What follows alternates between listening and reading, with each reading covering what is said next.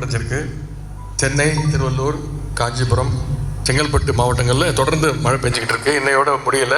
இதன் பிறகு 2 நாள் கழிச்சு இன்னொரு மழை வரப்போகுது அப்படிங்கிறது வானிலை ஆய்வு மையம் தெரிவிச்சிருக்கிறாங்க.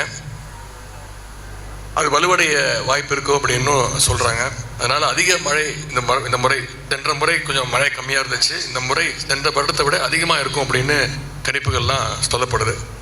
அப்படி ஒரு சூழல் வந்தால் அதை நாம் எல்லோரும் சேர்ந்து எப்படி எதிர்கொள்ளணும், மக்களை எப்படி காப்பாற்றணும் அப்படிங்கிறத ஆலோசனை பண்ணுறது தான் இந்த கூட்டம். பேரறிஞர் அண்ணா அவர்கள் நமக்கு சொல்லிக் கொடுத்தது தான் எப்பொழுதுமே மக்களிடம் செல், மக்களிடம் பழகு, மக்களோடு பேசு, மக்களுக்கு சேவை செய், மக்களுக்கு என்ன தேவையோ அதை செய் அப்படின்னு சொன்னவர் தான் பேரறிஞர் அண்ணா அவர்கள். அவருடைய வழியில் நாம் பயணிச்சுட்டு இருக்கிறோம். நம்ம பணிகளை செய்கிறோமோ இல்லையோ, நான் இன்னைக்கு பல இடங்களுக்கு போகும்போது தண்ணி சில இடங்களில் தேங்கி நிற்குது தொடர் மழையால்.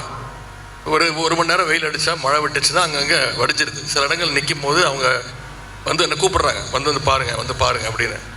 அப்போ ஒன்றும் கோவத்தோடலாம் அவங்க கூப்பிடல, சிரிச்ச முகத்தை தான் கூப்பிட்றாங்க, வந்து பாருங்கள், நீங்கள் வந்து பார்த்தீங்கன்னா சரியாயிடும் அப்படின்ற நம்ம அரசு, நம்முடைய முதலமைச்சருடைய கவனத்துக்கு இந்த பிரச்சனை போச்சுன்னா நிச்சயம் முதலமைச்சர் நடவடிக்கை எடுப்பார். இந்த அரசு நடவடிக்கை எடுக்கும்.